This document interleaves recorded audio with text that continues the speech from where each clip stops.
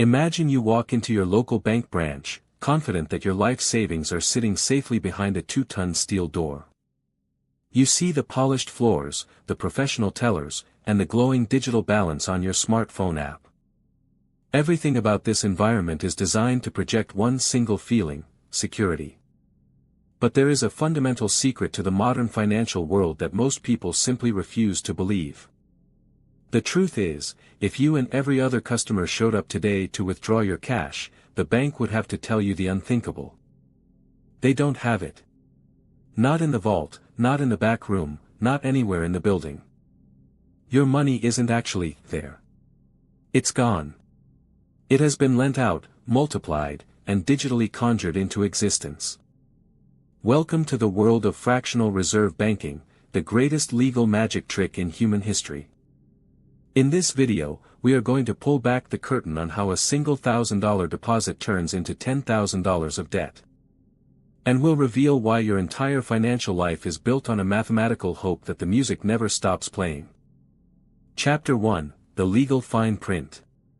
Most people think a bank is like a high-tech locker where you store your valuables. You give them your money, they keep it safe, and they charge a small fee or pay a tiny interest rate for the privilege. Legally, this is completely wrong. When you deposit money into a bank, you aren't storing it at all. The moment that cash hits the teller's hand, it is no longer your property. It belongs to the bank. In exchange, the bank gives you a promise to pay it back later. You have effectively given the bank an unsecured loan. You are now a creditor to the bank, and your savings are just an entry on their balance sheet of liabilities. Why does this distinction matter? Because once the bank owns your cash, they are legally allowed to do something miraculous with it. Chapter 2: The Alchemy of Debt. Let's look at the mechanics of how the system actually works. Imagine a woman named Sarah walks into Bank A and deposits $1,000 in cash that she earned working. Under current regulations, banks are required to keep a small percentage of their deposits as reserves. If the reserve requirement is 10%, Bank A keeps $100 in its vault and considers the other $900 excess reserves. The bank doesn't let that $900 sit around. They lend it out immediately to make a profit on the interest. Now, imagine a man named Bob takes that $900 loan to buy a new high-end laptop for his business. The laptop seller takes Bob's $900 and deposits it into their own account at Bank B. Now, the magic happens. Bank B sees a $900 deposit. They keep 10%, which is $90, and lend out the remaining $810. This cycle repeats again, and again, and again. Sarah thinks she has $1,000. The laptop seller thinks they have $900. The person who receives the $810 loan thinks they have $810. But there was only ever one physical $1,000 to start with. By the time this process reaches its mathematical conclusion, your original $1,000 has created $10,000 of total money in the system. $9,000 of that money was created out of thin air through the act of lending. It is debt money. This isn't a bug in the system. This is the system. This is how the global money supply expands. Chapter 3: The House of Cards. You might be wondering, if the money isn't there, why doesn't the system collapse? The answer is simple: trust. As long as we all believe the money is there, the system functions perfectly. But history is littered with moments where that trust evaporated in an instant. We call these bank runs. If Sarah, Bob, and the laptop seller all go to their banks at the same time and demand their cash, the bank has a problem. Because the bank only kept 10% in reserve, they physically cannot pay everyone back at once. This is what happened during the Great Depression. Thousands of banks failed because they simply ran out of physical currency. You might think this is ancient history, but look at what happened to Silicon Valley Bank in 2023. In the digital age, a bank run doesn't happen at a teller window. It happens on a smartphone at 4 a.m.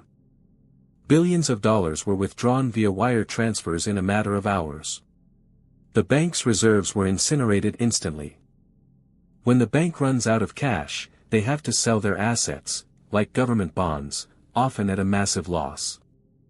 If those losses are big enough, the bank becomes insolvent. Their liabilities are greater than their assets. They are dead. Chapter 4, The Safety Net. To prevent a total global meltdown, governments created lenders of last resort. In the US, this is the Federal Reserve. Their job is to stand behind the commercial banks with an infinite supply of liquidity. When a bank is in trouble, the Fed can lend them money or buy their assets to keep them afloat. Then there is the FDIC, the insurance that tells you your deposits are protected up to $250,000.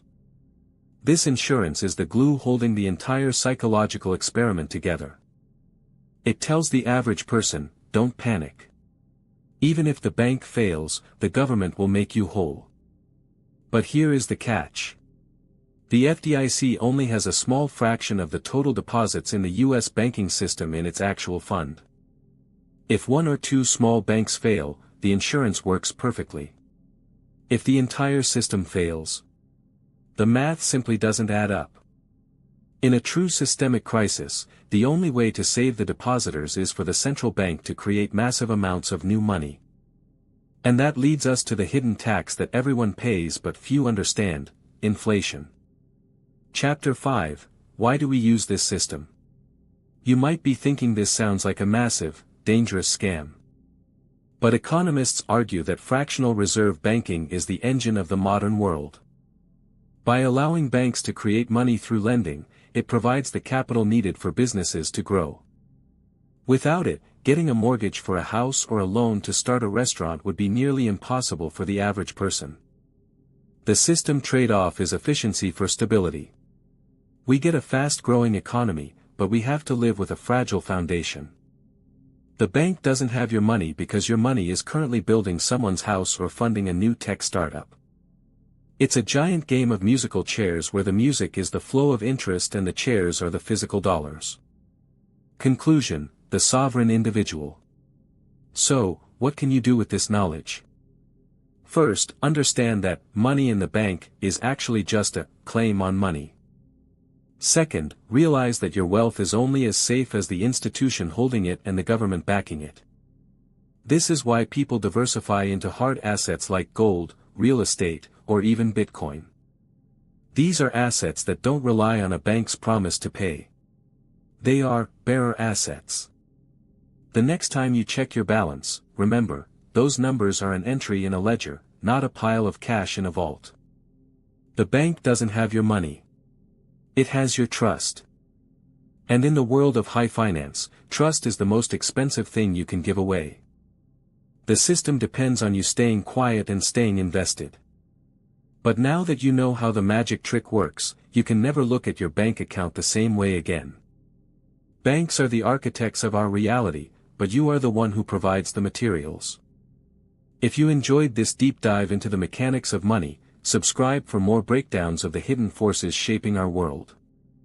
And remember, your greatest asset isn't the money in your account, it's the knowledge of how the system really works.